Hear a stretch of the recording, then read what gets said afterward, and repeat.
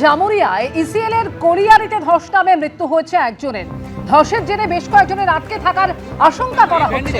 গুরুতর জখম অবস্থায় 7 জন শ্রমিককে ইতিমধ্যে উদ্ধার করা হয়েছে।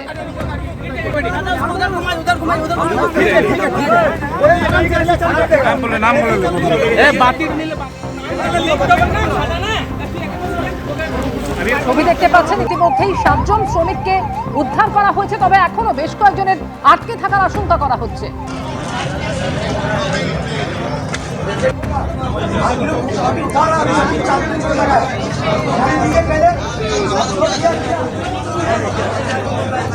টেলিফোনে রয়েছেন আমাদের সঙ্গে প্রতিনিধি কৌশিক গাতাই। কৌশিক, কোলিয়ারিতে ধস নামে 7 জনকে ইতিমধ্যেই উদ্ধার করা হয়েছে, তবে এখনো পর্যন্ত বেশ কয়েকজন আটকে রয়েছেন বলে আশঙ্কা। কিভাবে চলছে উদ্ধার কাজ?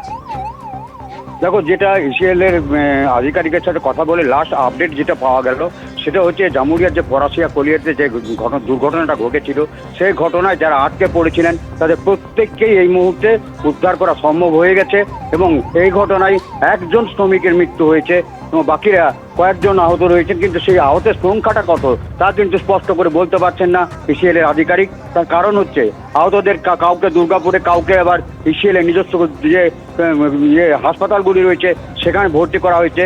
সেই অ্যাটেন্ডেন্স এবং যে ইসিএল এর যে সমস্ত সামগ্রী নিয়ে তারা নামে সাইন করে সেইগুলো গণনা করার পরই জানা যাবে কতজন আহত হয়েছেন এবং এখনো পর্যন্ত উদ্ধার কাজ কিন্তু সম্পূর্ণ হয়ে গেছে। শুধুমাত্র যে নিহত তার ক্ষতিপূরণের দাবিতে এখানে স্থানীয় বাসিন্দারা জড়ো হয়েছেন। অমৃতা, ধন্যবাদ কৌশিক।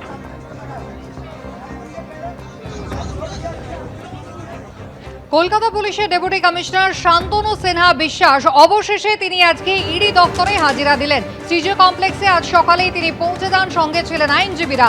শান্তনু সিনহা বিশ্বাস, যাকে ইতিমধ্যেই 5 বার ইডি নোটিশ পাঠিয়েছিল, হাজিরা দেননি তিনি। শুধু তাই নয়, একেবারে লুকআউট সার্কুলার পর্যন্ত জারি করা হয়েছিল। তার বিরুদ্ধে 3টে মামলা রয়েছে। আজ সোনাপাপ্পু মামলায় তাকে জিজ্ঞাসাবাদ শুরু করেছেন ইডির আধিকারিকরা।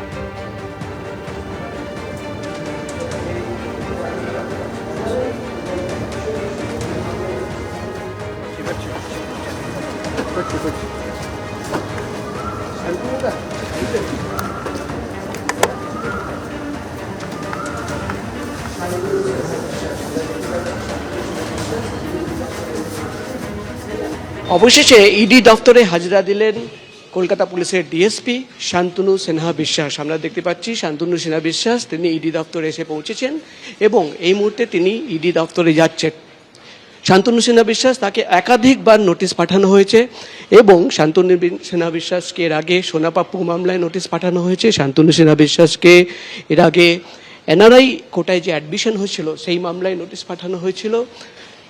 অর্থাৎ যেটা ইডি সূত্রের খবর, একাধিকবার শান্তনু সিনহা বিশ্বাসকে নোটিশ পাঠানোর পর তিনি কিন্তু ইডি দপ্তরে হাজিরা দিচ্ছিলেন না, কিন্তু তারপর ইডির তরফে ডাইরেক্টর অফ সিকিউরিটি কন্ট্রোলকে চিঠি পাঠানো হয় এবং বলা হয় যে শান্তনু সিনহা বিশ্বাসকে নির্দেশ দেওয়া হোক যে তিনি ইডি দপ্তরে আসবেন। এবং তারপরেই আমরা দেখলাম যে শান্তনু সিনহা বিশ্বাস ঠিক 11টা 5 নাগাদ ইডি দপ্তরে এসে পৌঁছেছেন। তাকে আজকে কিন্তু জিজ্ঞাসাবাদ করা হবে। শান্তনু সিনহা বিশ্বাস, তার সঙ্গে 2 জন আইনজীবীরা ছিলেন, তারাও কিন্তু ইডি দপ্তরের ভেতরে প্রবেশ করেছেন। অর্থাৎ শান্তনু সিনহা বিশ্বাসকে বারবার নির্বাচনের আগে থেকে নোটিশ পাঠানো হয়। সোনাপাপ্পুর যে মামলা, সেই মামলায় নোটিশ পাঠানো হয়েছিল, তাকে নোটিশ পাঠানো হয়েছিল। এনআরআই কোটায় যে অ্যাডমিশন মামলা, সেই মামলায় নোটিশ পাঠানো হয়েছিল।